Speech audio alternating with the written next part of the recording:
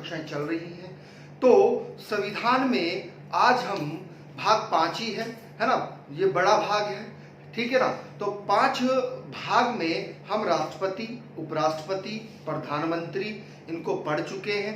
आज हम संसद के बारे में पढ़ेंगे, ठीक है। संसद की 2 वीडियो रहेंगी आपकी, है ना, समझिएगा बिल्कुल ध्यान से, क्योंकि एक ही वीडियो में कवर कर पाना थोड़ा मुश्किल है ना।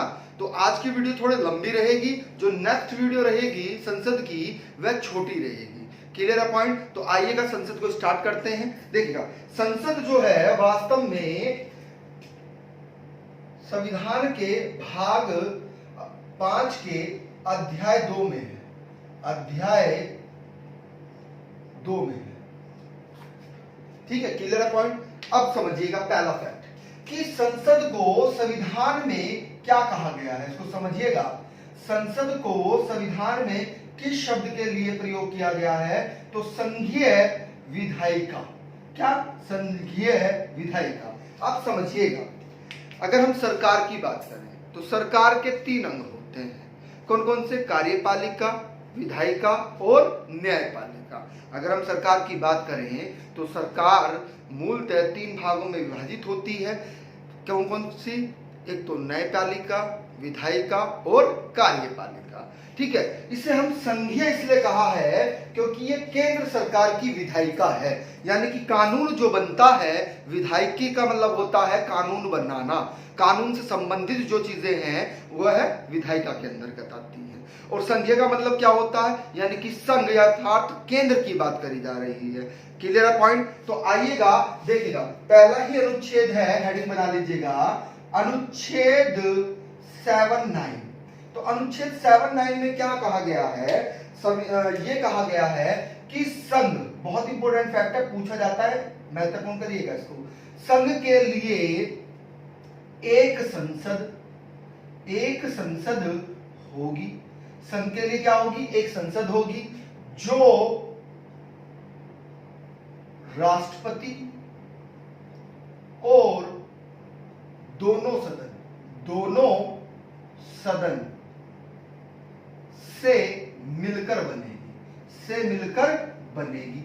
पॉइंट क्लियर है? अब यहां अगर हम दोनों सदनों की बात करें तो यहां पर दोनों सदन की बात में आपका राज्यसभा भी आ जाएगा और आपका लोकसभा भी आ जाएगा। क्लियर है पॉइंट? आ रही है बात समझ में? बहुत इंपॉर्टेंट फैक्ट है, बार बार परीक्षाओं में पूछा जाता है। एक प्रश्न और बनता है कि राष्ट्रपति संसद का अभिन्न अंग है। अब अभिन्न अंग, राष्ट्रपति जी के बारे में अभिन्न अंग का शब्द का प्रयोग क्यों किया गया है, इसको समझिएगा। देखिएगा, कोई भी विधेयक होता है, जब कोई भी विधेयक होता है तो वह अंतिम रूप में किसके पास पहुंचता है? वह राष्ट्रपति जी के पास पहुंचता है। क्योंकि जो भी विधेयक है वह किसके पास पहुंचता है? राष्ट्रपति जी के पास पहुंचता है। और राष्ट्रपति जी के हस्ताक्षर के बाद, राष्ट्रपति जी के हस्ताक्षर के बाद वह क्या बन जाता है? एक्ट बन जाता है। क्या बन जाता है? एक्ट बन जाता है, अर्थात कानून बन जाता है। यानी कि कोई भी विधेयक पहले कहां आएगा? या तो लोकसभा में आएगा या फिर राज्यसभा में आएगा। अभी बताएंगे हम आपको कि धन विधेयक सिर्फ और सिर्फ लोकसभा में जाता है, राज्यसभा में भी पहुंचता है नहीं? बताएंगे आगे, समझाएंगे, एक पॉइंट आपको समझाएंगे, ठीक है। तो हस्ताक्षर के बाद ही तो कानून बन रहा है, यानी कि विधेयक पहले कहां गया? या तो लोकसभा में गया या फिर राज्यसभा में गया। और जब दोनों में पास हो गया तो उसके बाद कहां जाता है? राष्ट्रपति जी के पास जाता है। और जब राष्ट्रपति जी उस पर हस्ताक्षर कर देते हैं तो तभी वह कानून का रूप धारण कर लेता है, अर्थात एक्ट बन जाता है। क्लियर है पॉइंट? बात समझ में आ रही है? तो इसीलिए राष्ट्रपति जी को क्या कहा गया है? अभिन्न अंग कहा गया है। किसका? संसद का। क्योंकि कानून बनाने का जो मेन रोल है वह राष्ट्रपति जी का ही है। क्लियर है पॉइंट? आइएगा अब अगले लाइन से लिखिएगा कि 1935 भारतीय शासन अधिनियम, क्योंकि सबसे ज्यादा भाग जो संविधान में लिया गया है वह 1935 भारत शासन अधिनियम से ही लिया गया है। 2/3 भाग अर्थात 70% भाग जो हमारे संविधान में है, मूल संविधान में, वह कहां से लिया गया है? 1935 के अधिनियम से दिया गया है। तो इसमें क्या कहा गया, में केंद्र में द्वि संशोधनात्मक, इसको अंडरलाइन करिएगा, व्यवस्थापिका, व्यवस्थापिका, इसको अंडरलाइन करिएगा, ठीक है, की स्थापना की गई है। कभी कभी आपसे प्रश्न ये बन जाएगा कि वास्तव में जो संसद का निर्माण हुआ है वह किस अधिनियम के तहत हुआ है, तो वास्तव में 1935 भारतीय शासन अधिनियम के तहत ही हुआ गया था। क्लियर है। अब द्विसदनात्मक का मतलब ये हो गया, प्रश्न ऐसे भी घुमाकर पूछ सकता है कि लोकसभा व राज्यसभा, लोकसभा व राज्यसभा का निर्माण किस अधिनियम के तहत हुआ है, तो वास्तव में राज्य लोकसभा और राज्यसभा का निर्माण किसके, 1935 भारत शासन अधिनियम के तहत हुआ। क्लियर है पॉइंट, यहां तक आपने नोट आउट कर लिया होगा, आगे चलते हैं। पॉइंट क्लियर है, चलिए। तो अभिनंदन क्यों कहा जाता है, क्योंकि अंतिम हस्ताक्षर एक्ट यानी कि कानून बनाने के लिए जो विधेयक आते हैं उन पर राष्ट्रपति जी हस्ताक्षर करते हैं। आइएगा अगला हेडिंग डालिएगा, अनुच्छेद 81। अब 81 सीधा सीधा किससे संबंधित है, वास्तव में यहां पर लोकसभा के संरचना की बात की गई है, लोकसभा की संरचना की बात की गई है। आपसे प्रश्न पूछा जाएगा कि लोकसभा से संबंधित कौन सा अनुच्छेद है, तो अनुच्छेद 81। आप कहेंगे सर 7-9 के बाद में आपने सीधा सीधा एक अनुच्छेद छोड़ दिया, कौन सा, अनुच्छेद 80। अनुच्छेद 80 पूरा का पूरा राज्यसभा से संबंधित है। किससे, राज्यसभा से संबंधित है। तो हम पहले लोकसभा को पढ़ लेते हैं और उसके बाद में राज्यसभा को पढ़ लेते हैं। ये पूरी वीडियो लोकसभा से संबंधित रहेगी, इसके बाद में एक पार्ट और लोकसभा का रहेगा, उसके बाद राज्यसभा में पढ़ेंगे। क्लियर है पॉइंट। तो अब अनुच्छेद 81 की बात कर रहे हैं, यहां पर किसकी बात हुई है, लोकसभा की संरचना की बात की गई है। अब आपसे अगर पूछा जाए, बिल्कुल ध्यान से समझिएगा, कि मूल संविधान में जो लोकसभा की संख्या की बात की गई है, किसमें, मूल संविधान, आप मूल संविधान में लिखिएगा, वहां पर 500 की बात की गई है। कितनी, 500 संख्या की बात की गई है। किसकी, लोकसभा की। लोकसभा सदस्यों की संख्या कितनी होनी चाहिए भाई, 500। मूल संविधान में ये था। क्लियर है पॉइंट। लेकिन होता क्या है संख्या को लेकर, आपका जो संविधान संशोधन है 31वें संशोधन के द्वारा क्या किया गया, इससे अधिकतम कितनी कर दी गई, अधिकतम 525 से, कितना, 525, इसको अंडरलाइन करिए, से 545 कर दी गई। कितनी कर दी गई, 545। किस अधिनियम के तहत, किस संशोधन के तहत, सॉरी, तो 31वें संविधान संशोधन द्वारा कितनी कर दी गई, अधिकतम 525 से 545 कर दी गई। ये भी प्रश्न बनता है। लेकिन आप पूछें अगर आपसे कि अब यानी कि वर्तमान में कितनी है, तो गोवा को भी ले लीजिएगा और दमन व दीव को भी ले लीजिएगा, दमन व दीव, ठीक है। दमन व दीव को लेकर, दीव करिएगा इसको, दमन व दीव को लेकर अब कितनी हो गई है भाई, अब यानी कि गोवा व दमन दीव पुनर्गठन अधिनियम के तहत कितनी कर दी गई है। ये कब आया था, लिख लीजिएगा, 1987 में यह अधिनियम आया था। तो इसके तहत अधिकतम कितनी कर दी गई थी, अधिकतम 552 कर दी गई। अब ये 552 कैसे कैसे हैं, इसको भी हम समझ लेते हैं, ठीक है। 552 संख्या है लोकसभा की, कैसे कैसे उसको समझिएगा। यानी कि 530 जो है वह राज्यों से, क्लियर है पॉइंट, और 20 जो है वे केंद्र शासित प्रदेश से है। और 2 आपको पता है कि 2 कहां से आती हैं, 2 एंग्लो इंडियन यानी कि एंग्लो भारतीय सदस्य मनोनीत किए जाते हैं, किसके द्वारा, राष्ट्रपति जी के द्वारा। अगर राष्ट्रपति जी को लगता है कि लोकसभा में इनका प्रतिनिधित्व करने वाला कोई नहीं है, तो राष्ट्रपति जी क्या करते हैं, राष्ट्रपति जी 2 एंग्लो इंडिया को, जो भारतीय होते हैं, है ना, एंग्लो भारतीय, हमने पहले भी आपको समझाया हुआ है कि एंग्लो भारतीय किनको कहते हैं। क्लियर है पॉइंट? तो उनको मनोनीत कर देते हैं, कौन? राष्ट्रपति जी। क्लियर है पॉइंट? तो बात समझ में आ गई। वर्तमान में कितनी अधिकतम संख्या लोकसभा की 552 है और इसका विवरण हमने आपको दे दिया है। ठीक है, अब आप एक चीज नोट करके लिख लीजिएगा, देखिएगा, नोट करके लिखिएगा, अनुच्छेद 330 है ना, नोट करके लिखना है, नोट करके लिखिएगा। अनुच्छेद 330 के तहत क्या हो रहा है, यानी कि एससी अनुसूचित जाति और अनुसूचित जनजाति में राज्यवार, बहुत इंपॉर्टेंट फैक्ट है, राज्यवार जनसंख्या अनुपात, जनसंख्या अनुपात में आरक्षण, बहुत इंपॉर्टेंट फैक्ट है, बार बार परीक्षा में पूछा जाता है, आरक्षण का प्रावधान किया। क्लियर है पॉइंट? आ रही है बात समझ में? बहुत इंपॉर्टेंट फैक्ट है, नोट करके लिखना है। अनुसूचित जाति अनुसूचित जनजाति में राज्यवार जनसंख्या अनुपात, इसको अंडरलाइन करिएगा, जनसंख्या अनुपात में आरक्षण का प्रावधान किया गया है। आप देखते होंगे, क्योंकि लोकसभा की सीट और राज्यसभा की सीट और कोई भी सीट हो, चाहे ग्राम प्रधान की बात कर लें, तो वहां पर क्या होता है, आप देखते होंगे कि कहते हैं कि अब की बार पर्चा जो आया है ना, चुनाव का जो पर्चा है वह किसमें है, वह वास्तव में एससी सीट में है। यानी कि अब की बार इस गांव में एससी ही क्या बनेगा, प्रधान बनेगा। वो किस आधार पर, वह जनसंख्या अनुपात के आधार पर। इसके आधार पर होता है, तो जनसंख्या अनुपात के आधार पर होता है। इसी में लिखिएगा कि पहले 10 वर्ष के लिए, 10 वर्ष के लिए यह प्रावधान किया गया था। Clear point? कितने वर्ष के लिए? 10 वर्ष के लिए किया गया था। लेकिन इसके बाद क्या होता है, पश्चातवर्ती करिएगा, पश्चातवर्ती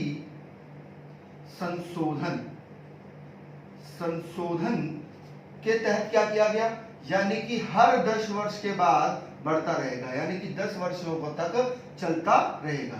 क्लियर है पॉइंट? आ रही है बात समझ में? यानी कि 10 वर्ष जैसे ही पूरे हो जाएंगे फिर 10 वर्ष के लिए बढ़ जाएगा, फिर 10 वर्ष पूरे हो जाएंगे तो फिर 10 वर्ष के लिए बढ़ जाएगा।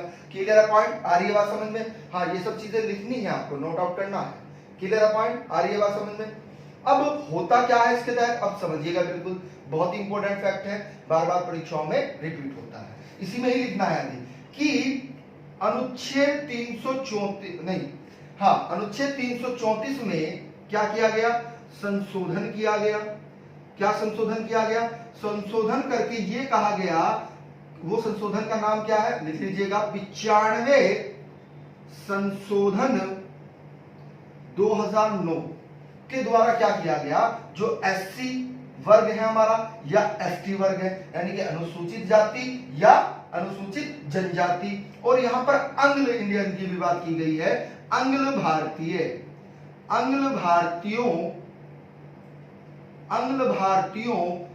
को मनोनीत सिर्फ एंग्लो भारतीयों में ध्यान रखिएगा, एंग्लो भारतीयों को मनोनीत करने संबंधी प्रावधान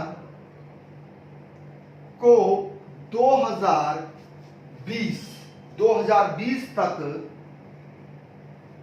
बढ़ा दिया गया।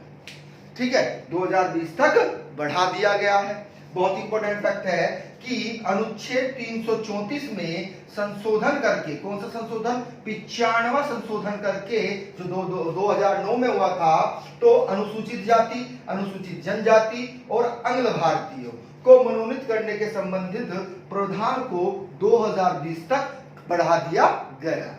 Clear point? चलिएगा आगे चलते हैं। आइएगा, अगला फैक्ट लिखिएगा, हेडिंग डाल लीजिएगा, अनुच्छेद 81(2) महत्वपूर्ण है, पूछ लिया जाता है। अनुच्छेद 81(2) क्या कह रहा है, समझिएगा। अनुच्छेद 81(2) ये क्या कहता है, यानी कि प्रत्येक राज्य को किसमें भाई, इसको अंडरलाइन करिएगा, प्रादेशिक का या प्रादेशिक निर्वाचन, इसको अंडरलाइन करिएगा, प्रादेशिक निर्वाचन क्षेत्रों में विभाजित किया जाएगा, विभाजित किया जाएगा। क्लियर पॉइंट कि प्रत्येक निर्वाचन क्षेत्र की जनसंख्या का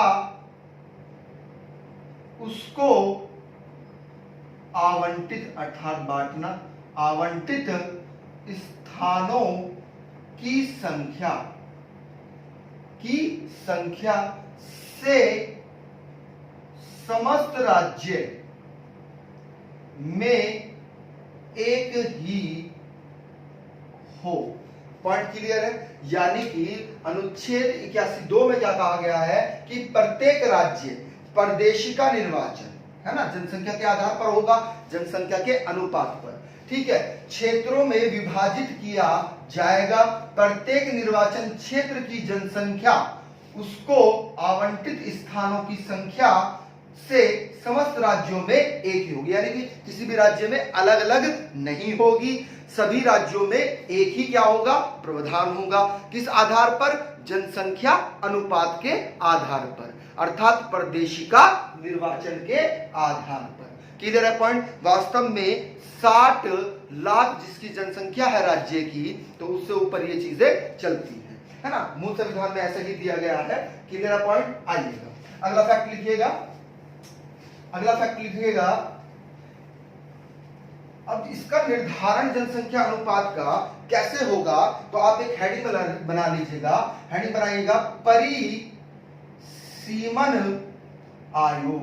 बहुत इंपॉर्टेंट आयोग है, पूछ लिया जाता है इससे प्रश्न।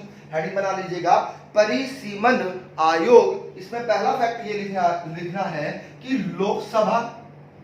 लोकसभा में राज्य व संघ, राज्य अर्थात राज्य की भी बात की जा रही है और केंद्र शासित प्रदेश की भी। संघ राज्य का मतलब है केंद्र शासित प्रदेश।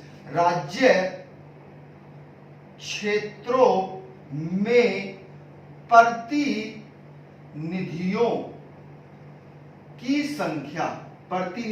संख्या क्या होगी भाई? निश्चित करेगा। अब आपसे प्रश्न घुमाकर कैसे पूछा जाएगा कि लोकसभा में, बिल्कुल ध्यान समझिएगा, लोकसभा में केंद्र शासित प्रदेश या फिर राज्य में प्रतिनिधित्वों की संख्या निश्चित कौन करता है? तो परिसीमन आयोग करता है। कौन करता है? परिसीमन आयोग करता है। बहुत इंपॉर्टेंट फैक्टर पूछ लिया जाता है। इसी में ही दूसरा फैक्ट लिखिएगा कि 1971, बहुत इंपॉर्टेंट फैक्ट है, कि जनगणना के अनुसार संख्या कितनी है भाई लोकसभा की? तो 543 निश्चित की गई थी। कितनी? 543 निश्चित की गई थी। अब ये 543 में आप नोट करके लिख लीजिएगा, इसमें 2 मनोनीत सदस्य नहीं है। पॉइंट क्लियर है? इसमें 2 मनोनीत सदस्य नहीं थे। क्लियर है पॉइंट? उनको शामिल नहीं किया गया था, यानी कि इसमें मनोनीत सदस्यों को शामिल नहीं किया गया। अब होता क्या है जब शामिल नहीं किया गया? तो अब 42वें संविधान संशोधन द्वारा, 42वें संशोधन द्वारा, कब हुआ था 42वां संशोधन, बता सकता है कोई? 76 में। Clear point? तो 42वें संविधान संशोधन द्वारा क्या किया गया? द्वारा इसको समाप्त कर दिया गया। क्या कर दिया गया? इसको समाप्त कर दिया गया। और क्या कहा गया कि 2000, बहुत इंपॉर्टेंट फैक्ट है, 2000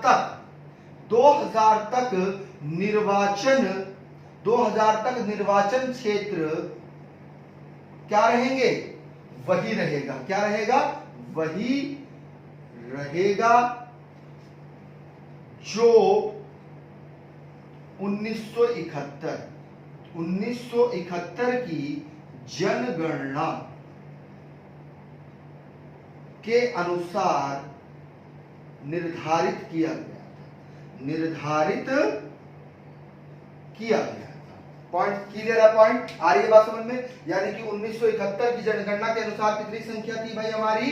हमारी लोकसभा की संख्या 543 निश्चित कर दी गई थी और इसमें मनोनीत सदस्यों की संख्या शामिल नहीं थी। फिर क्या किया गया, 42वां संविधान संशोधन होता है, इसको समाप्त कर दिया जाता है और क्या कहा जाता है कि 2020 तक निर्वाचन क्षेत्र वही रहेगा जो 1971 की जनगणना के अनुसार निर्धारित किया गया है। पॉइंट क्लियर है। अब इसी में ही लिखिएगा आप कि अब होता क्या, एक संशोधन और होता है 84वें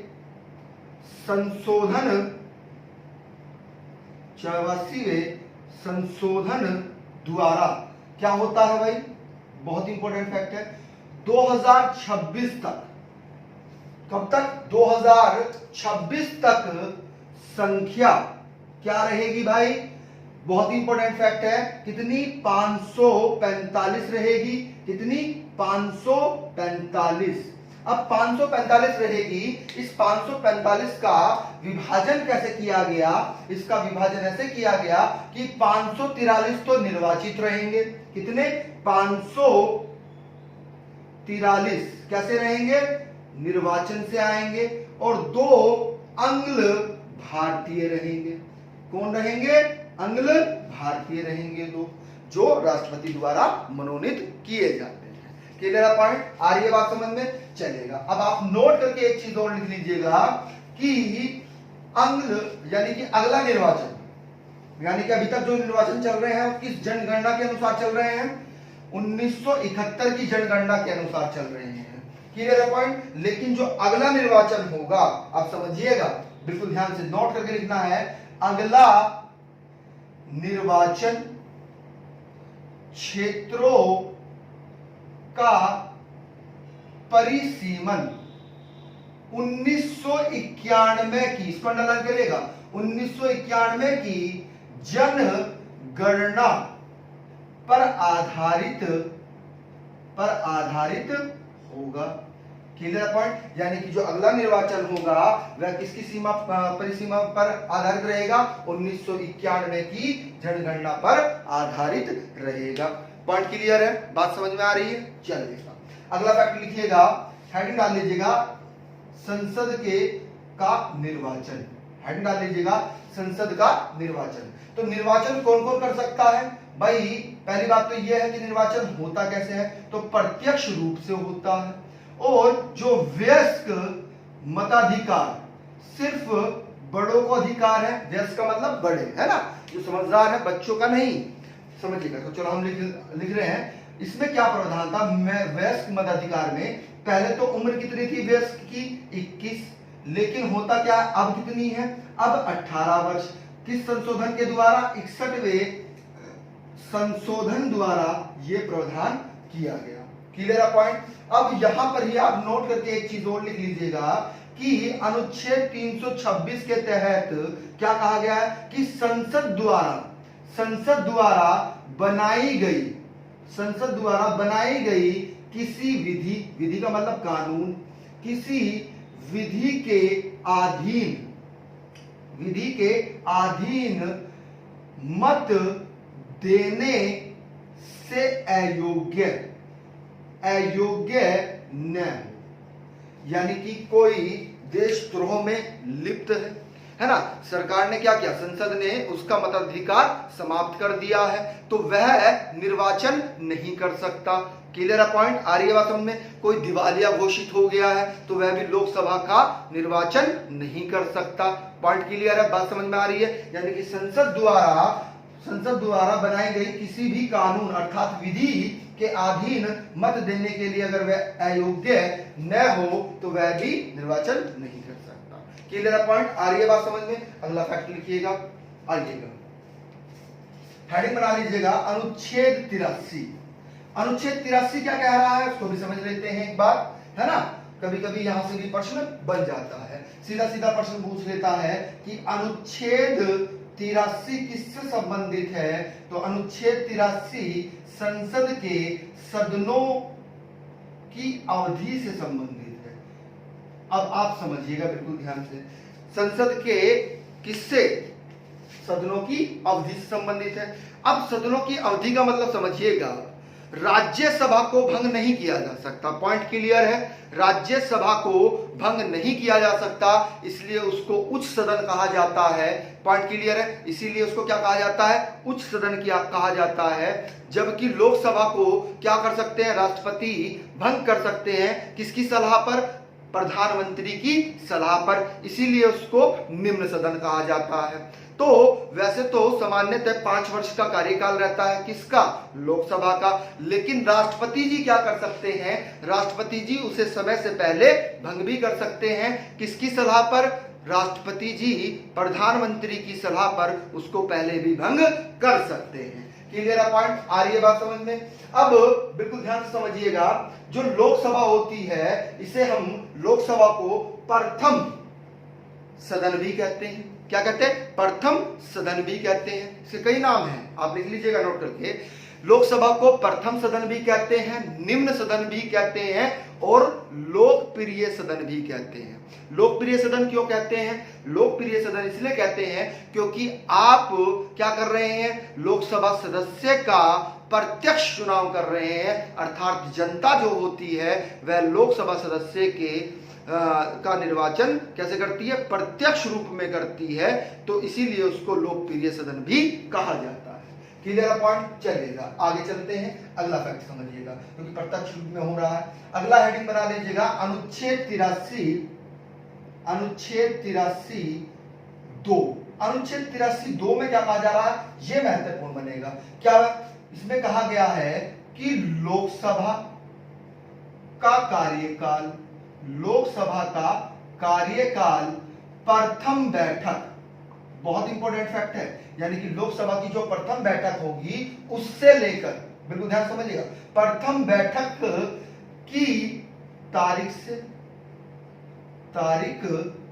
से 5 वर्ष तक, कितने वर्ष तक, 5 वर्ष तक होता है।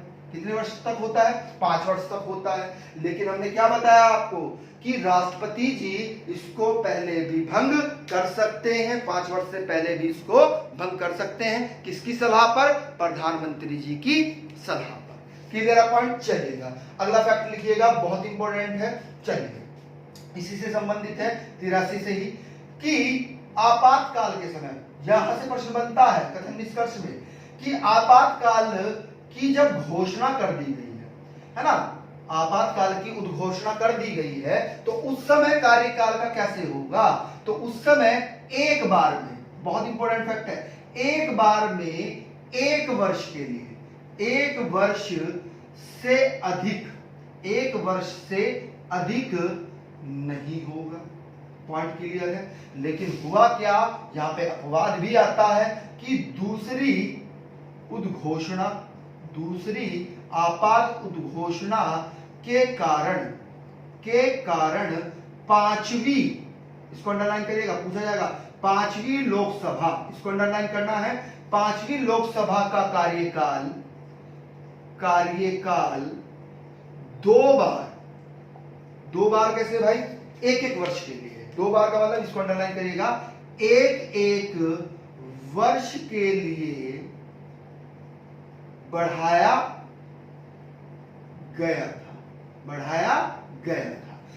वरना आपातकाल के समय क्या होता है, आपातकाल के समय एक बार में 1 वर्ष से अधिक नहीं बढ़ाया जा सकता। लेकिन दूसरी उद्घोषणा के कारण क्या हुआ कि 5वीं लोकसभा के कार्यकाल को 2 बार बढ़ाया गया, 1 वर्ष के लिए, है ना। क्लियर पॉइंट, आ रही है बात समझ में। ये इंपॉर्टेंट फैक्ट था, कभी कभी कथन निष्कर्ष में पूछ लिया जाता है। आइएगा आगे चलते हैं, अगला फैक्ट समझिएगा, अगला नोट करके लिखिएगा आप, क्योंकि 42वां देखिएगा, 42वां संविधान संशोधन बहुत बड़ा है भाई, है ना, उसे लघु संविधान भी कहा जाता है। 42वें संविधान संशोधन को क्या कहा जाता है, लघु संविधान भी कहा जाता है। देखिएगा, नोट करके लिखिएगा आप, होता क्या है कि 42वें संशोधन द्वारा, 42वें संविधान संशोधन द्वारा कब हुआ था, 1976 में हुआ था। तो इसमें क्या कर दिया गया था कि लोकसभा का जो कार्यकाल था वह 6 वर्ष के लिए कर दिया गया था। इसको नोट करके लिखिएगा कि 42वें संविधान संशोधन द्वारा क्या किया गया कि लोकसभा के कार्यकाल को 6 वर्ष के लिए कर दिया गया। लेकिन 2 साल बाद ही क्या आया, 44वें संशोधन द्वारा जो 1978 में आया, उसमें फिर दोबारा से 5 वर्ष का लोकसभा का कार्यकाल कर दिया जाता है। क्लियर पॉइंट, ये चीज आप नोट करके लिख लीजिएगा, ये बार बार परीक्षाओं में पूछा जाता है। ठीक है, अगला फैक्ट लिखिएगा, अनुच्छेद 84। तो अनुच्छेद 84 क्या कह रहा है, इसको समझिएगा। एक मिनट रुकिएगा, हम पानी पी लेते हैं। तो अनुच्छेद 84 ये कह रहा है कि संसद के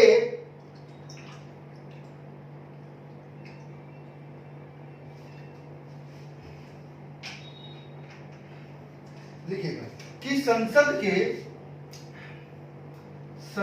के सदस्यों की अहिर्ता है। अहिर्ता का मतलब क्या होता है, ब्रैकेट में लिख लीजिएगा, इसका मतलब है योग्यता। ठीक है, तो इसमें लिखिएगा योग्यता, आपको पता ही है कि वह भारत का नागरिक हो।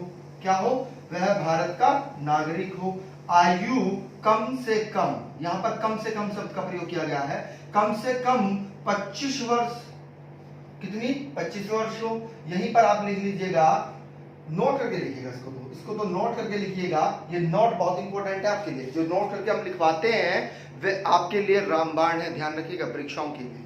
1951 जन प्रतिनिधित्व अधिनियम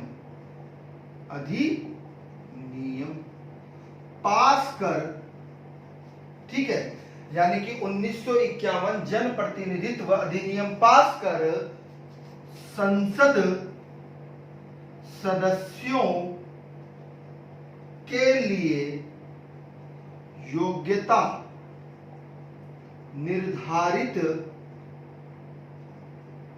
की गई।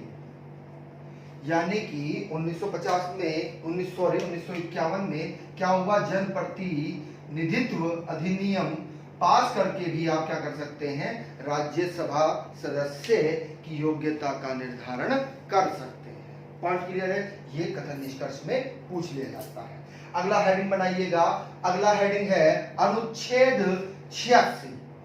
चलो अनुच्छेद 85 भी देख लेते हैं एक बार, उसको भी स्किप नहीं करते हैं। अनुच्छेद 85 क्या कह रहा है, इसमें वास्तव में संसद के सत्र की बात की गई है, सत्र व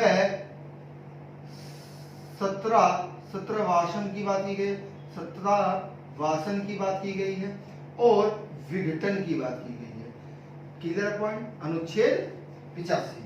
ठीक है, सत्र के बारे में हम आपको आगे पढ़ाएंगे, है ना, आगे बताएंगे कि सत्र कौन कौन से सत्र होते हैं। 3 सत्र होते हैं वास्तव में हमारे यहाँ पर। कितने सत्र होते हैं, 3, लेकिन 2 सत्रों की बात की गई है, किसमें, मूल संविधान में, है ना। आइएगा अगला प्रश्न देखते हैं। अगला फैक्ट आपका जो है, अगला फैक्ट क्या है, अनुच्छेद 86। ये इंपोर्टेंट बनेगा भाई, है ना, अनुच्छेद 86 इंपोर्टेंट बनेगा आपका। अनुच्छेद 86 क्या कहता है, अनुच्छेद 86 ये कह रहा है कि सदनों में अभिभाषण और उनको संदेश भेजने का राष्ट्रपति का अधिकार, यानी कि सदनों में राष्ट्रपति क्या कर सकता है, भाषण दे सकता है और संदेश भेज सकता है। तो राष्ट्रपति जी को यह अधिकार कौन देता है, तो यह अधिकार राष्ट्रपति जी को अनुच्छेद 86 देता है कि राष्ट्रपति जी सदनों की बैठक मतलब संदेश दे सकते हैं, भेज सकते हैं उनके पास में, और उन्हें संबोधित कर सकते हैं भाषण के माध्यम से। Clear point. अगला हेडिंग है अनुच्छेद 87। अनुच्छेद 87 क्या कह रहा है कि राष्ट्रपति जी, बिल्कुल ध्यान समझिएगा, राष्ट्रपति की विशेष अभिभाषण, यानी कि कोई आपातकाल की स्थिति आ चुकी है, तो आपातकाल की स्थिति में क्या कर सकते हैं, राष्ट्रपति जी विशेष अभिभाषण दे सकते हैं, है ना, यानी कि देश में कोई विपत्ति आ गई है तो उसकी भाषण भी संसद में दे सकते हैं। Clear point. अगला है अनुच्छेद 88। अनुच्छेद 88 क्या कहता है कि सदनों के बारे में, ऐसे करके लिखिएगा, सदनों के बारे में मंत्रियों और महान्यायवादी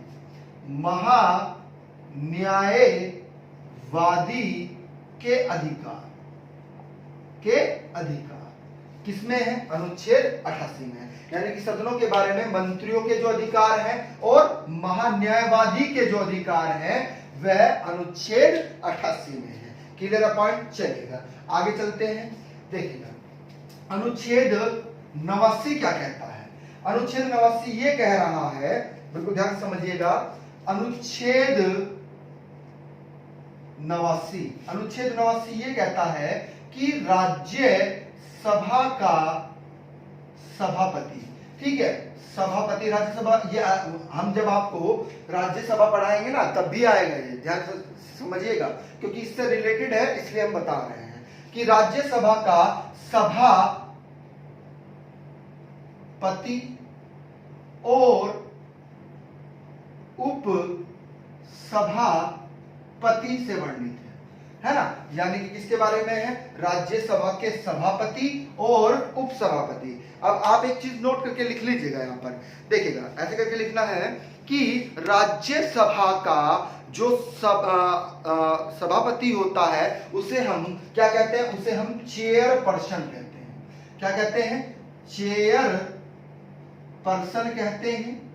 और यही क्या होता है वास्तव में? यही हमारे उपराष्ट्रपति होते हैं। क्या होते हैं? उपराष्ट्रपति। और जो लोकसभा का क्या होता है? अध्यक्ष होता है, उसको हम स्पीकर कहते हैं। क्या कहते हैं? स्पीकर। दोनों में अंतर है, बात को समझिएगा। यानी कि लोकसभा में तो अध्यक्ष और उपाध्यक्ष बनेंगे, जबकि राज्यसभा में क्या बनेंगे? सभापति और उपसभापति बनेंगे। तो जो राज्यसभा का सभापति होता है उसको हम क्या कहते हैं? चेयर पर्सन कहते हैं, अर्थात वह क्या होता है? उपराष्ट्रपति होता है। जबकि लोकसभा जो अध्यक्ष होते हैं, लोकसभा अध्यक्ष को हम स्पीकर कहते हैं और उनके लिए विशेष कोई शपथ प्रारूप नहीं है ना। वह भी वास्तव में एक राज्यसभा सदस्य का ही पद धारण करते हैं क्योंकि उनमें से ही चुने जाते हैं ना। आगे बताएंगे हम इसके बारे में। अगला हेडिंग लिखिएगा, हेडिंग बनाइएगा अगला, अनुच्छेद 90। तो अनुच्छेद 90 क्या कहता है इसको समझिएगा। अनुच्छेद 90 वास्तव में उप सभापति का पद रिक्त होने से संबंधित है या फिर त्याग पत्र या पद त्याग और पद से हटाया जाना इससे संबंधित है। यानी कि अनुच्छेद जो 90 है वास्तव में वह उप सभापति के पद को रिक्त होना या उनके पद त्याग करना या पद से हटाए जाने से संबंधित है। अनुच्छेद 91 क्या कहता है कि जो सभापति है, सभापति के पद के कर्तव्यों का पालन करने से संबंधित है या सभापति के रूप में, ऐसे भी दे सकता है आपको, ये लिखिएगा, रूप में कार्य करने की उपसभापति, क्योंकि जब सभापति नहीं रहेंगे सभा में तो उपसभापति है ना, उप सभापति या अन्य व्यक्ति की शक्ति से संबंधित है, यानी कि सभापति के जो पद के कर्तव्य है उनका पालन करना किसके अनुच्छेद के तहत है? अनुच्छेद 91 के तहत है। अब सभापति नहीं है तो उपसभापति को वो कर्तव्य मिलेंगे, ठीक है, वे कार्य करें इस चीज का। अगर उपसभापति भी नहीं है तो किसी अन्य सदस्य को, है ना, किसी अन्य व्यक्ति को शक्ति दी गई है कि वह भी सभापति की भांति कार्य कर सकते हैं। अगर वे नहीं है तो पॉइंट क्लियर है। आइएगा अगला फैक्ट समझिएगा। अगला है अनुच्छेद 92। तो अनुच्छेद 92 क्या कहता है उसको भी समझिएगा, है ना। आइए, अनुच्छेद 92 क्या कहता है, अनुच्छेद 92 में ये कहता है कि जब सभापति या उपसभापति को पद से हटाने का कोई संकल्प विचाराधीन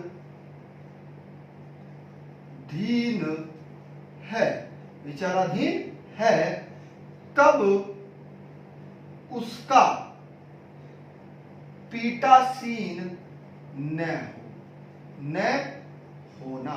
यानी कि जब सभापति या उपसभापति को हटाने के लिए कोई प्रक्रिया आ रही है या उनको हटाया जा रहा है या उनको हटाने का संकल्प लिया जा रहा है तो उस समय वह पीठासीन न हो।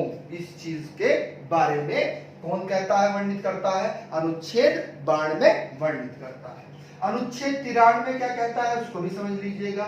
अनुच्छेद 93 हो गया है ना, 93 को देखिएगा, पूरा बहुत इंपॉर्टेंट फैक्ट है, बार बार पूछा जाता है कि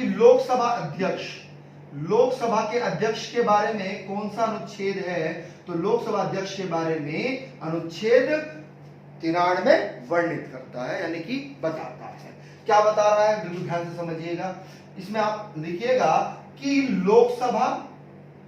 लोकसभा को अपने, बहुत इंपॉर्टेंट फैक्ट है, अपने सदस्यों में से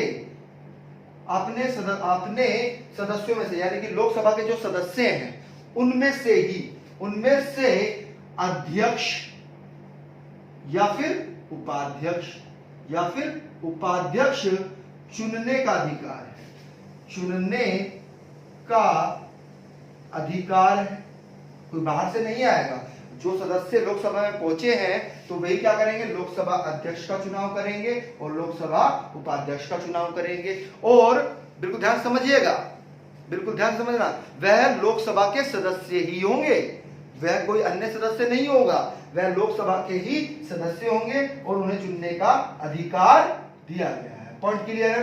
अगर हम बात करें कि कार्यकाल कितना रहेगा तो आपको बताया ही है कि 5 वर्ष का रहेगा। यानी कि लोकसभा अध्यक्ष का कार्यकाल जब तक सरकार रहेगी तब तक है, जब नई सरकार आएगी तो वह नए लोकसभा अध्यक्ष का चुनाव करेंगी, है ना। क्लियर है पॉइंट। तो 5 वर्ष तक रहता है।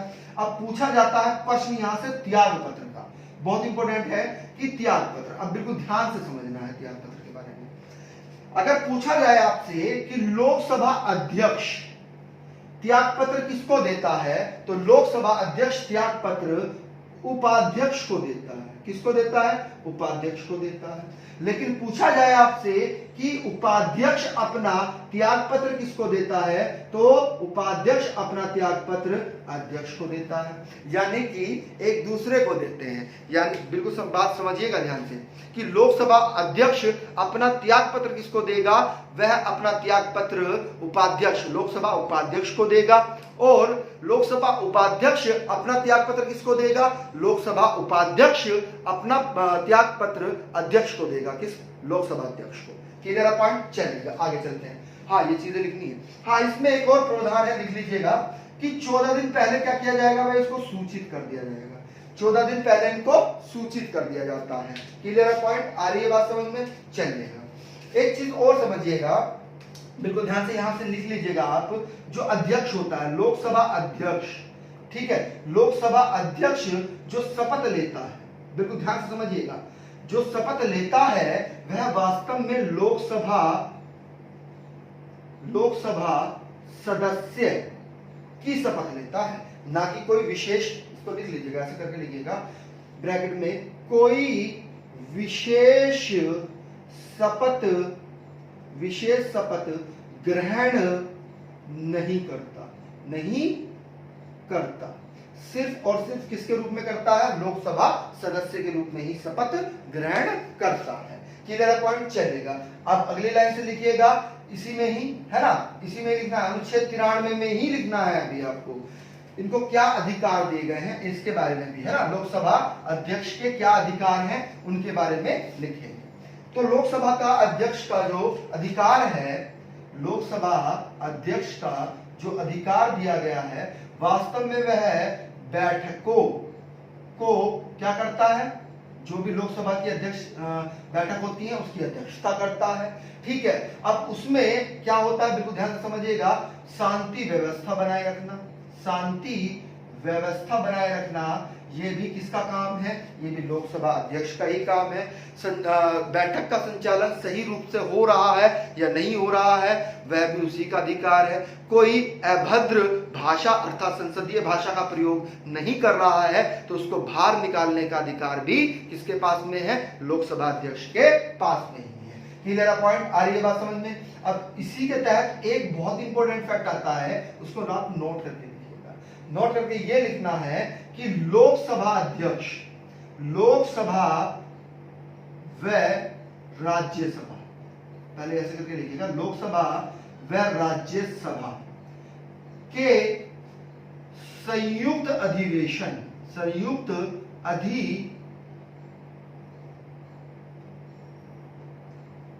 अधिवेशन की अध्यक्षता कौन करता है, लोकसभा का अध्यक्ष ही करता है।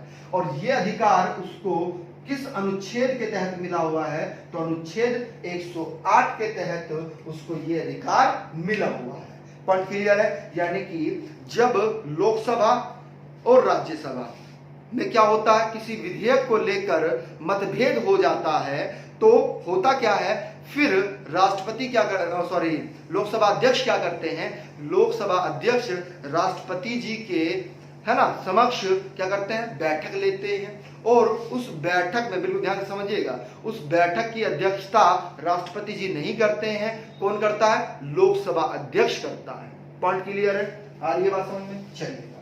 अब अगला फैक्ट लिखिएगा, जब कोई विधेयक पर बराबर निर्णय आ जाता है तो निर्णय मत देने का अधिकार भी किसके पास में है, बहुत इंपॉर्टेंट फैक्ट है, अनुच्छेद 101 के तहत उसको क्या अधिकार दिया गया है, निर्णायक मत देने का अधिकार दिया गया है। पॉइंट क्लियर है, बात समझ में आ रही है, यानी कि जब मत में क्या हो गई, बराबरी हो गई, अब निर्णायक मत तो देना ही है किसी विधेयक के ऊपर, तो निर्णायक मत देने का अधिकार भी लोकसभा अध्यक्ष के पास है। और उसको वो राइट्स कौन देता है, वह अधिकार कौन देता है, तो वह अधिकार अनुच्छेद 101 देता है। इसी में लिखिएगा अगली लाइन से, इसमें अगली लाइन से ऐसे लिखिएगा, देखिए बिल्कुल ध्यान से समझना है इस फैक्ट को, क्योंकि यहां से प्रश्न तथ्यात्मक रूप से बनते हैं। संसद की कुछ समितियां, संसद की कुछ समितियों का पदेन सभापति भी कौन होता है, लोकसभा अध्यक्ष ही होता है। बहुत इंपॉर्टेंट फैक्ट है कि जब किसी विधेयक में क्या हो जाता है, विवाद आ जाता है, तो विवादों पर उसका निर्णय अंतिम होता है। अब किसी विधेयक को लेकर, किसी विवाद को लेकर क्या हो रहा है, लोकसभा में है ना तनाव की स्थिति बन गई है, तो उन विवादों पर उसका निर्णय यानी कि लोकसभा अध्यक्ष का जो निर्णय है वही क्या होगा, अंतिम निर्णय होगा। पॉइंट क्लियर है, चलेगा अगली लाइन से लिखिएगा, अगली लाइन से अनुच्छेद 94, अनुच्छेद 93 बहुत इंपॉर्टेंट है, यहां से फैक्ट बनते हैं भाई, है ना। अनुच्छेद 94, तो अनुच्छेद 94 क्या कहता है, लिखिएगा, अनुच्छेद 94 क्या कह रहा है, ये वास्तव में अध्यक्ष, उपाध्यक्ष, अब अध्यक्ष उपाध्यक्ष कौन होते हैं, लोकसभा के ही होते हैं, राज्यसभा के तो क्या होते हैं, सभापति या उपसभापति होते हैं। तो अध्यक्ष उपाध्यक्ष का पद रिक्त, कॉमा नहीं लगाना है, रिक्त होना, या फिर त्याग, पद त्याग और पद से हटाना जाना, किससे संबंधित है, यानी कि अध्यक्ष और उपाध्यक्ष को पद से हटाना या पद का रिक्त होना किस अनुच्छेद में वर्णित किया गया है, तो अनुच्छेद 94 में किया गया है। अनुच्छेद 95 क्या कहता है, उसको समझिएगा। अनुच्छेद 95 बिल्कुल ध्यान से समझना है, अनुच्छेद 95 ये कहता है कि जो अध्यक्ष हैं, जो लोकसभा के अध्यक्ष हैं, के पद के कर्तव्यों का पालन करने या अध्यक्ष के रूप में कार्य करने की उपाध्यक्ष या अन्य व्यक्ति की शक्ति। अब सपोज दैट वही कंटेंट है सभापति वाला जो हमने बताया था आपको, है ना, जो हमने सभापति वाला आपको बताया था किसमें, अनुच्छेद 91 में। तो अनुच्छेद 94 में यहां पर अध्यक्ष की बात हो रही है, यहां पर उपाध्यक्ष की बात, सॉरी सभापति और उपसभापति की बात हो रही है, यानी कि अध्यक्ष या उपाध्यक्ष के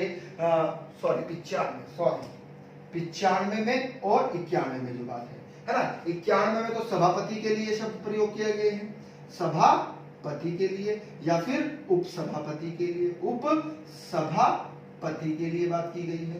लेकिन अनुच्छेद 95 में अध्यक्ष के पद के कर्तव्यों के पालन करने या, है ना, अध्यक्ष के रूप में कार्य करने की उपाध्यक्ष की जो शक्ति है उनके बारे में वर्णित, या अन्य व्यक्ति, यानी कि जब अध्यक्ष जी नहीं है तो उपाध्यक्ष करेंगे उस कार्य को, और उपाध्यक्ष भी नहीं है तो कोई विशेष व्यक्ति यानी कि अन्य व्यक्ति उनके कार्य की शक्ति करता है। ठीक है, अनुच्छेद 96 क्या कहता है उसको समझिएगा। अनुच्छेद 96 जब ऐसे करके लिखना है, अनुच्छेद 96 जब अध्यक्ष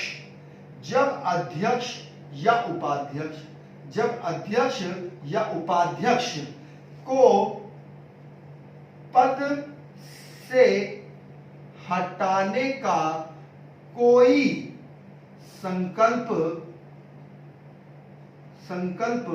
या कर लीजिएगा, या विचाराधीन है, तब उसका पीठासीन न हो।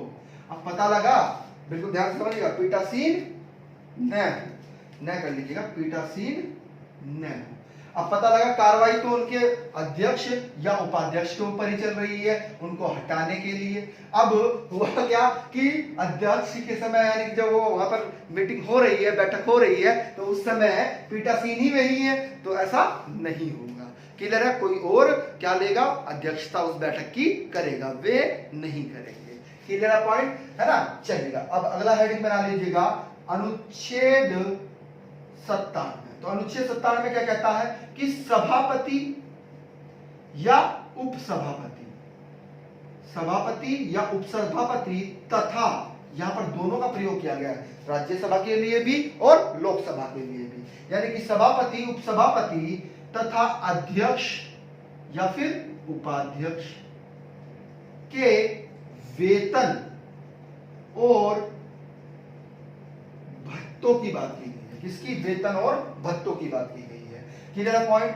अनुच्छेद 98 क्या कहता है, संसद का, बहुत इंपॉर्टेंट फैक्ट है भाई, पूछ लिया जाता है, संसद का सचिवालय किस अनुच्छेद के तहत आता है? अनुच्छेद 98 के तहत आता है। Clear point. आइएगा, अनुच्छेद 99 क्या कहता है, उसको भी हेडिंग बना लीजिएगा, अनुच्छेद 99 ये कहता है कि सदस्यों की शपथ और प्रतिज्ञा, है ना। अनुच्छेद 99 ये वास्तव में सदस्यों, दोनों सदस्यों की बात हो रही है यहाँ पर, लोकसभा के भी और राज्यसभा के भी। तो सदस्यों द्वारा जो शपथ होती है, शपथ या फिर प्रतिज्ञा शब्द का प्रयोग किया गया है मूल संविधान में, की बात की गई है। किसमें? अनुच्छेद 99 में। अनुच्छेद 100 क्या कहता है? महत्वपूर्ण है भाई 100। अनुच्छेद 100 महत्वपूर्ण है क्योंकि इससे पहले हमने अनुच्छेद 101 भी आपको पढ़ाया था कि 101 में क्या कहा गया है, निर्णायक मत की बात की गई है। किसकी? निर्णायक मत की बात की गई है। किसमें? अनुच्छेद 101 में। लेकिन 101 में की गई है ना। लेकिन 100 में क्या कहा गया? केवल 100 में ये कहा गया है कि सदनों में मतदान रिक्तियां इनकी, रिक्तियों, ठीक है, के होते हुए भी सदस्यों, यानी कि जो सदन है, सदन की या सदन का करेगा, सदन का कार्य करने की शक्ति, सदन का कार्य करने की शक्ति व, ये शब्द इंपॉर्टेंट बनेगा, गणपूर्ति, जिसे कोरम भी कहते हैं, गणपूर्ति के बारे में, यानी कि अनुच्छेद 100 में जो सदन है, सदन में मतदान है ना, क्या मतदान की बात की गई है, उनकी रिक्तियों की बात की गई है, और रिक्तियां होते हुए भी सदनों के कार्य करने की शक्ति व गणपूर्ति के बारे में कौन सा अनुच्छेद वर्णित करता है, तो अनुच्छेद 100 वर्णित करता है। बहुत इंपॉर्टेंट फैक्ट है।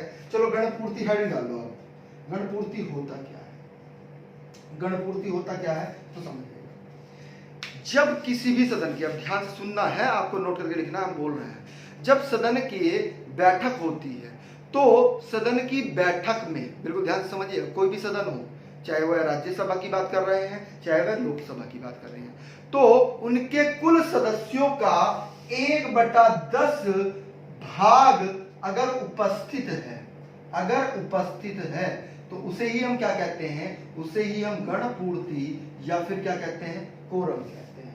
यानी कि जब तक 1/10 सदस्य, यानी कि किसी भी सदन की बात कर रहे हैं हम, चाहे राज्यसभा हो चाहे लोकसभा हो, तो राज्यसभा या लोकसभा के 1/10 सदस्य अगर उपस्थित हैं तो बैठक होगी, उसे ही क्या कहा जाता है, उसे ही गणपूर्ति कहा जाता है, अर्थात कोरम कहा जाता है। पॉइंट क्लियर है, चलेगा। अगली लाइन से लिखिएगा, ये इंपॉर्टेंट फैक्ट था, कभी कभी गणपूर्ति से प्रश्न बन जाता है। क्लियर है पॉइंट, आइएगा।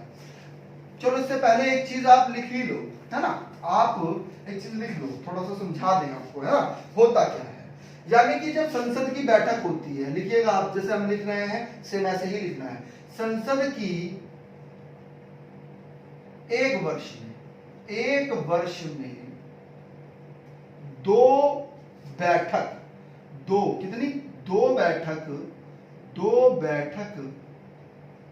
क्या है भाई, निश्चित की गई है कि 2 बैठक तो होनी ही होनी है, संसद की 2 बैठक तो होनी है ना।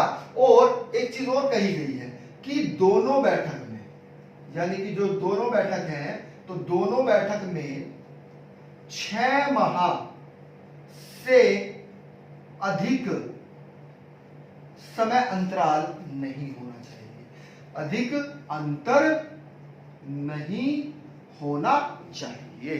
पॉइंट क्लियर है। अब देखिएगा, अब बिल्कुल ध्यान से समझना है एक एक फैक्ट को।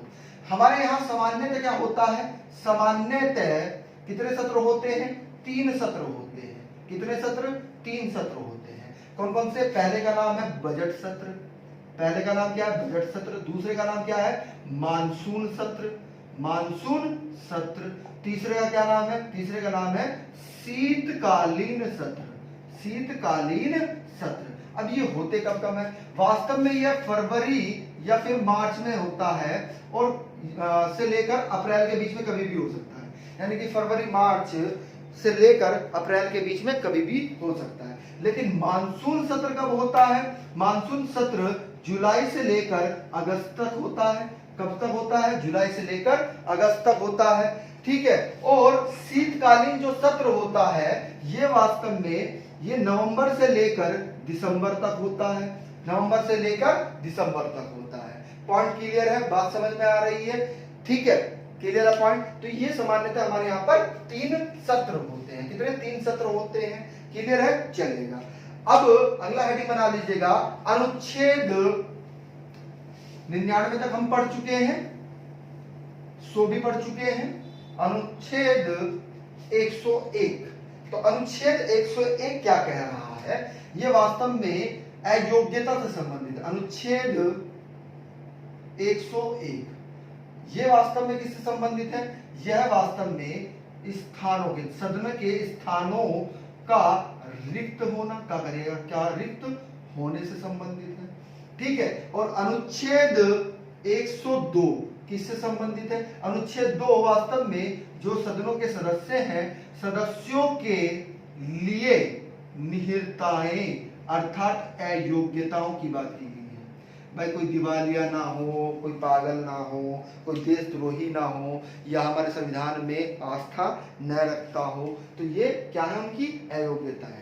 ठीक है, आ रही है बात समझ में? यानी कि कहने का तात्पर्य ये है, इसमें आप ऐसे भी लिखिएगा नोट करके, कि कोई लाभ का पद उनके पास न हो, लाभ का पद न हो। पॉइंट क्लियर है? उनके पास में लाभ का पद न हो, साथ में वह किसी दूसरे देश के नागरिक ना हो। यानी कि सपोज दैट हमारे भारत की उनके पास में नागरिकता न है ना। क्लियर है पॉइंट? हमारे भारत की नागरिकता उनके पास में ना हो, नागरिकता न हो। क्लियर है पॉइंट?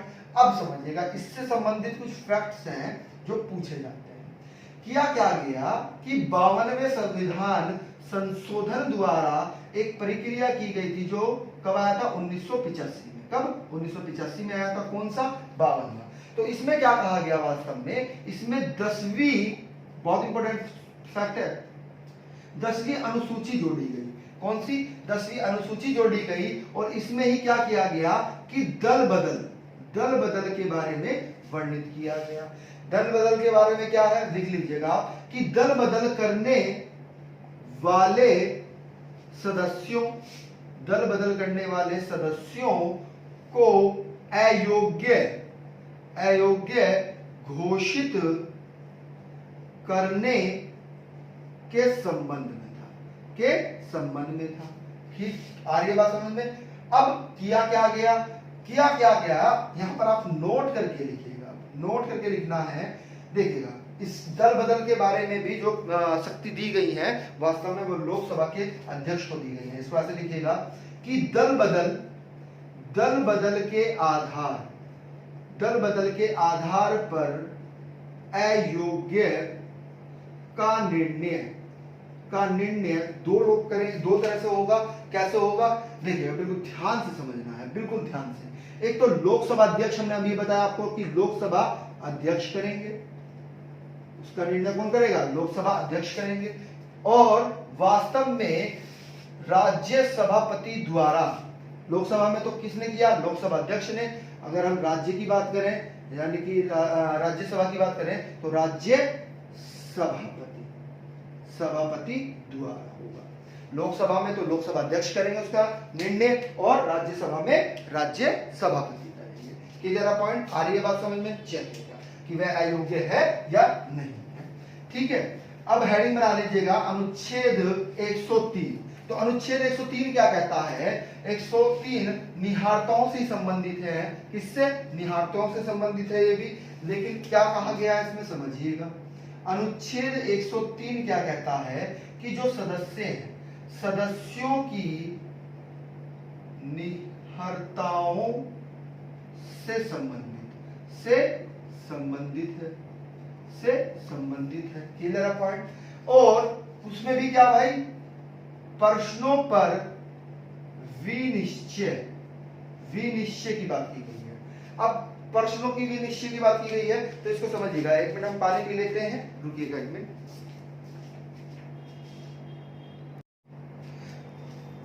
हाँ, तो देखिएगा, वास्तव में यहाँ पर जो प्रश्नों पर विनिश्चय की बात की गई है ना, सदस्यों की, तो उसको समझिएगा थोड़ा सा ध्यान से। होता क्या है कि संसद में दो काल होते हैं। एक होता है प्रश्नकाल। क्या होता है? एक होता है प्रश्नकाल। वास्तव में जो प्रश्नकाल होता है, बिल्कुल ध्यान समझिएगा, ये संसद की जब बैठक होती है 11 बजे से, बिल्कुल ध्यान समझिएगा, 11 बजे जब शुरू होती है, तो 11 से 12 बजे तक। कब तक? 11 बजे से 12 बजे तक के काल को ही क्या कहा गया है? प्रश्नकाल कहा गया है। यानी कि इसमें प्रश्न पूछे जाते हैं। प्रश्न भी दो प्रकार के होते हैं, एक होता है तारांकित और होता है दूसरा अतारांकित। ठीक है, तारांकित और अतारांकित की बात की है। अतारांकित, अब तारांकित प्रश्न क्या होते हैं और अतारांकित प्रश्न क्या होते हैं, इसको समझिएगा।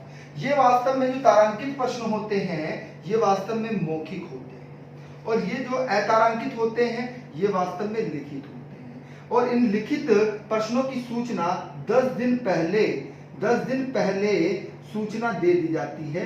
ठीक है, क्लियर पॉइंट। संसद को 10 दिन पहले सूचना दे दी जाती है।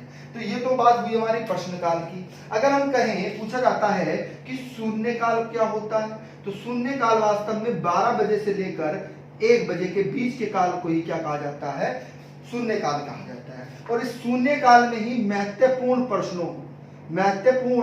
प्रश्नों पर चर्चा होती है। पॉइंट क्लियर है, आ रही है बात समझ में। और इनका जवाब, जो महत्वपूर्ण जो प्रश्न होते हैं, इनका जवाब भी क्या देना होता है, तत्कालीन देना होता है। क्या, तत्कालीन ही इनका जवाब देना होता है। तो ये थी वास्तव में प्रश्नों पर विनिश्चय। Clear point. आइएगा अगला फैक्ट लिखिएगा, है ना। अगला फैक्ट, अनुच्छेद 104। तो अनुच्छेद 104 क्या कहता है, उसको भी समझ लेते हैं। आइएगा, अनुच्छेद 104 में बात की गई है। अनुच्छेद 104 क्या कहता है, वास्तव में जो अनुच्छेद 99 था, क्या था अनुच्छेद 99, कि सदस्यों की शपथ व प्रतिज्ञान से संबंधित था। किससे, शपथ या प्रतिज्ञान से संबंधित था। तो वास्तव में यहाँ पर एक प्रावधान किया गया है अनुच्छेद 104 में। क्या कहा गया कि अनुच्छेद 99 के अधीन शपथ लेने या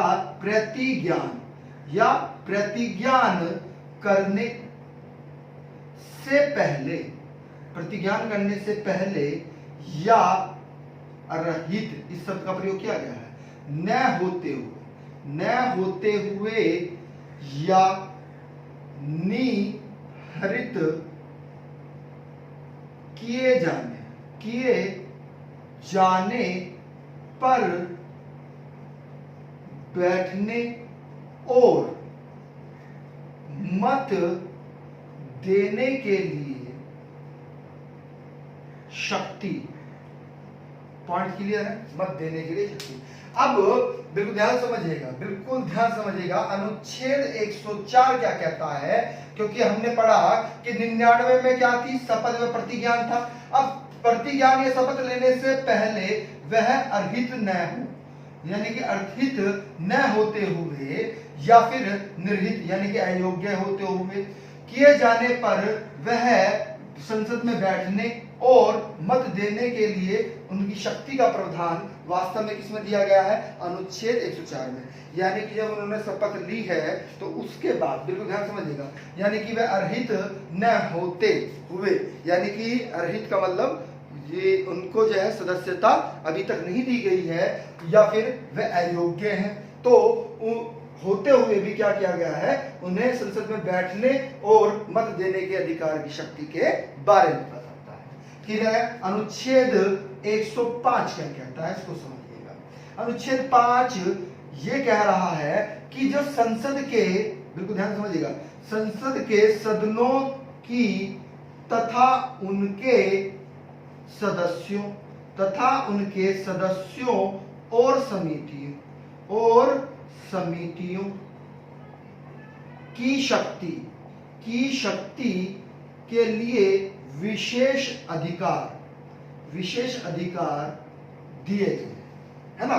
इसमें संसद के सदनों की, है ना, उनके सदस्यों की और समितियों की शक्ति का विशेषाधिकार किसमें दिया गया है, अनुच्छेद 105 में दिया गया है। अनुच्छेद 106 में क्या कहा गया है, समझिएगा बिल्कुल ध्यान से, कि जो सदस्य हैं, बिल्कुल ध्यान समझना है, कि जो सदस्य हैं, सदनों के सदस्यों के वेतन और भत्तों की बात की गई। आपको पता ही है 45,000 रुपया क्या है उनकी तनख्वाह है। एक एमपी की, मेंबर ऑफ पार्लियामेंट की तनख्वाह कितनी होती है, 45,000 होती है। क्लियर पॉइंट, आ रही है बात समझ में। ये अलग से भी हम बताएंगे जब वेतन बढ़ाएंगे ना, आपको अलग से एक विशेष जो चलेगा, है ना, संविधान के महत्वपूर्ण तथ्य चलेंगे, है ना, संविधान समाप्त होने के बाद, तो उन पर हम चर्चा करेंगे कि इनको कागज के लिए अलाउंस कितना मिलता है, तब चर्चा करेंगे इन पर, है ना। अभी इसको समाप्त कर ले, फिर उसके बाद में विशेष जो महत्वपूर्ण बिंदु रहेंगे उन पर चर्चा होगी।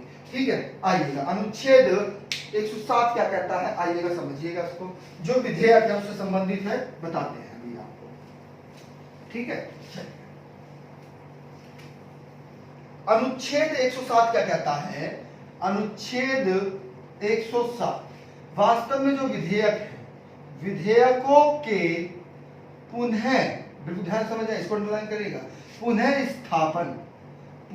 स्थापन और पारित, यानी कि उनका पुनः स्थापन करना और पारित किए जाने से संबंधित है। इसमें उपबंध दिए गए हैं। अब अगला फैक्ट समझिएगा, अभी हम बताएंगे आपको विधेयक भी कौन कौन से होते हैं, इनके बारे में भी चर्चा होगी। चलो आप लिख लो, नोट करके लिख लो पहले, है ना, फिर 108 भी बाद में पढ़ाएंगे, है ना, या लिख लो आप अनुच्छेद, पहले 108 ही लिखो, 108, अब थोड़ा और ज्यादा समझ में आएगा। अनुच्छेद 108 में क्या है, कुछ दशाओं में दोनों सदनों की संयुक्त बैठक, इससे पहले भी हम बता चुके हैं आपको कि संयुक्त बैठक कौन ले सकता है, लोकसभा अध्यक्ष ले सकता है, राज्यसभा की भी और लोकसभा की भी, है ना। आ रही है बात समझ में, ठीक है। अनुच्छेद 109 क्या कहता है, अनुच्छेद 109 ये कह रहा है धन विधेयक, बहुत इंपॉर्टेंट विधेयक है भाई, धन विधेयकों के संबंध में विशेष प्रक्रिया के बारे में संबंधित है। अब इसमें आपको नोट करके लिखिएगा, वास्तव में जो धन विधेयक होता है वह केवल लोकसभा में जाता है, लोकसभा में, ठीक है, राज्यसभा में नहीं। नोट करके लिखना है इसको, राज्यसभा में नहीं जाता है। अब समझिएगा होता क्या है वास्तव में, देखिएगा वास्तव में दो प्रकार के विधेयक होते हैं। चलो इसको रफ कर देते हैं, तब समझाते हैं आपको। नोट करके लिखना है आपको, है ना, नोट करके लिखना है। आइएगा, दो प्रकार के विधेयक होते हैं, एक होते हैं सरकारी विधेयक, एक होते हैं गैर सरकारी विधेयक। जो विधेयक हैं वह वास्तव में दो होते हैं, एक तो होता है कौन सा, सरकारी विधेयक, और एक होता है क्या आपका गैर सरकारी विधेयक, है ना, ये दो प्रकार के हैं, ठीक है। आ रही है बात समझ में, अब बिल्कुल ध्यान से समझिएगा। सरकारी विधेयक क्या होंगे, यानी कि किसी मंत्री द्वारा, अर्थात कैबिनेट मंत्री या मंत्री, किसी मंत्री द्वारा जो विधेयक लाया जाता है, किसी मंत्री द्वारा जो विधेयक लाया जाता है उसको हम क्या कहते हैं, सरकारी विधेयक कहते हैं। जबकि किसी सांसद द्वारा, मेंबर ऑफ पार्लियामेंट, ठीक है, यानी कि जो कोई राज्यसभा का हो चाहे लोकसभा का हो, है ना, किसी भी संसद के द्वारा, ठीक है, कोई विधेयक लाया जाता है तो वह वास्तव में क्या होता है, वह गैर सरकारी विधेयक होता है। Clear point.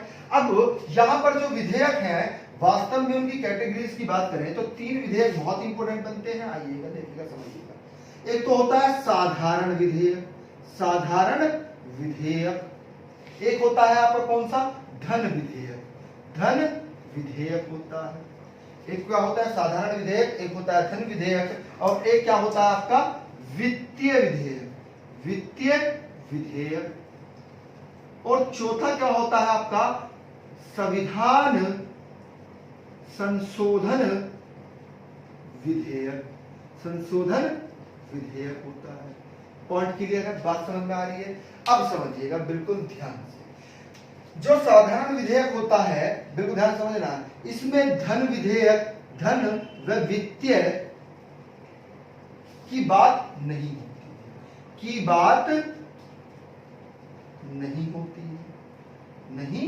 होती। साधारण विधेयक में धन व वित्तीय की बात नहीं होती है। धन विधेयक में लिखिएगा, बहुत इंपॉर्टेंट है धन विधेयक। ये किसमें है वास्तव में, अनुच्छेद 110 में है। इसमें अनुच्छेद 110 में वर्णित है क्या, धन विधेयक, है ना। तो 110 में जो धन विधेयक है यह महत्वपूर्ण है क्योंकि 109 तक हम पढ़ चुके हैं, यहीं पर इसको बता देते हैं। ये वास्तव में बिल्कुल ध्यान समझिएगा, ये वास्तव में कहां पर धन विधेयक की बात बता रहे हैं हम, ये कहां पर जाता है, ये वास्तव में केवल लोकसभा में जाता है। धन विधेयक कहां पर जाता है, लोकसभा में। अब आपसे पूछा जाएगा कि इसका निर्धारण कौन करता है, तो धन विधेयक का निर्धारण लोकसभा अध्यक्ष करता है, लोकसभा अध्यक्ष करता है। क्लियर है पॉइंट, आ रही है बात समझ में। आपसे पूछा जाएगा कि राज्यसभा में जब ये पहुंचता है तो राज्यसभा इसे कितने दिन के लिए रोक सकती है, तो राज्यसभा इसे 14 दिन के लिए ही रोक सकती है, 14 दिन से ज्यादा इसको नहीं रोक सकती। जब 14 दिन के बाद में, बिल्कुल ध्यान समझना है, जब 14 दिन हो जाएंगे तो ये समझा जाएगा कि वास्तव में राज्यसभा ने इसको पास कर दिया है, क्योंकि पूर्ण अधिकार धन विधेयक का किसके पास में होता है, लोकसभा के पास में होता है।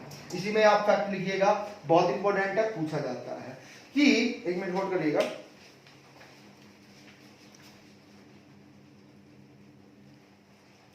हाँ, तो इसमें लिखिएगा आप कि 14 दिन तक ही रोक सकते हैं, उससे ज्यादा अगर रोकते हैं तो ये माना जाएगा कि वह वास्तव में हो गए हैं। क्लियर है पॉइंट, यानी कि जो राज्यसभा है तो राज्यसभा 14 दिन तक ही इसको रोक सकती है, अगर उसके बाद में वह इसको रोकती है तो ये समझा जाएगा कि उन्होंने पास कर दिया है। एक चीज इसमें और आप लिख लीजिएगा कि वास्तव में नोट इसमें लिखिएगा कि इसमें संयुक्त अधिवेशन नहीं हो सकता, संयुक्त अधिवेशन नहीं होता, यानी कि राज्यसभा और लोकसभा की एक साथ बैठक नहीं हो सकती इस विधेयक के लिए।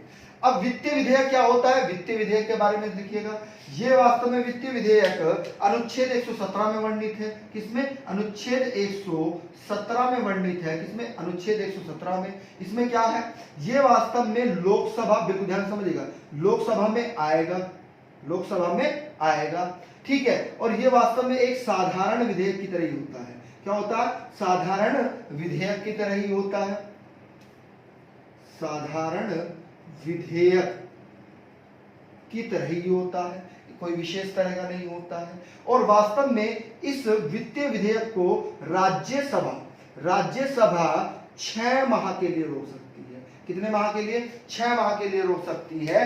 अब 6 माह के लिए वित्तीय विधेयक को रोक दिया गया है, किसने, राज्यसभा ने रोक लिया है। अब इस कंडीशन में क्या होगी कि यहां पर अब संयुक्त अधिवेशन हो सकता है, संयुक्त अधिवेशन हो सकता है। पॉइंट क्लियर है, बात समझ में आ रही है। यानी कि धन विधेयक में संयुक्त अधिवेशन नहीं हो सकता, जबकि किसमें, वित्तीय विधेयक में संयुक्त अधिवेशन हो सकता है। वित्तीय विधेयक में राज्यसभा कितने दिन तक रोक सकती है, 6 माह के लिए रोक सकती है, लेकिन धन विधेयक में राज्यसभा कितने दिन के लिए रोक सकती है, 14 दिन के लिए रोक सकती है। ये महत्वपूर्ण चीजें हैं, बार बार परीक्षाओं में भाई पूछी जाती हैं। अब संविधान संशोधन जो है, चलिए हम यहां पर लिख देते हैं संविधान संशोधन, ये अनुच्छेद 368 में वर्णित है। इसमें अनुच्छेद 368 में वर्णित है। अब ये दोनों सदनों में, बिल्कुल ध्यान समझिएगा, दोनों सदनों में आता है, में से किसी में भी आ सकता है, किसी में भी पहले आ सकता है।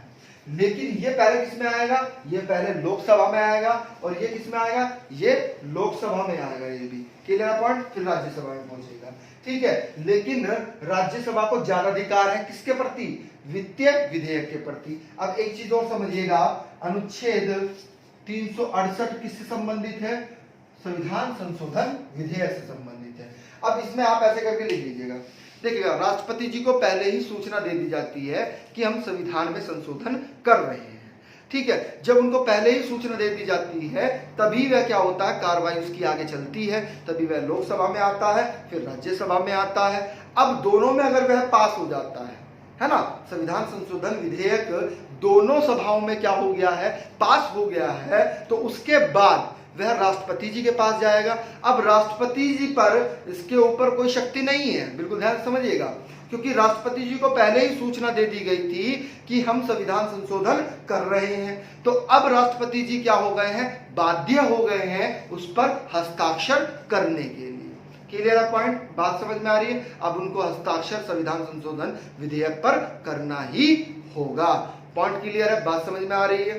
तो ये आपके महत्वपूर्ण, बहुत ही ज्यादा महत्वपूर्ण वीडियो है, इसको 2 बार सुनिएगा, उसके बाद नोट्स बनाइएगा। ठीक है, अगर आपको लेक्चर अच्छा लगा हो तो इसे लाइक और कमेंट के माध्यम से हमें बताइएगा और इसको ज़्यादा से ज़्यादा शेयर करिएगा। और जिसने भी हमारी वीडियो को ठीक है शेयर नहीं किया तो वो शेयर कर दीजिएगा, और जो नए व्यूवर्स हैं वो हमारे चैनल को सब्सक्राइब करें। ठीक है, थैंक यू। तो आप गीतांजलि क्लासेस पर भी हमारे से जुड़ सकते हैं, गूगल प्ले स्टोर से आपको डाउनलोड करना है। ठीक है, वहाँ पर मेरी कक्षाएं चल रही हैं। ठीक है, थैंक यू।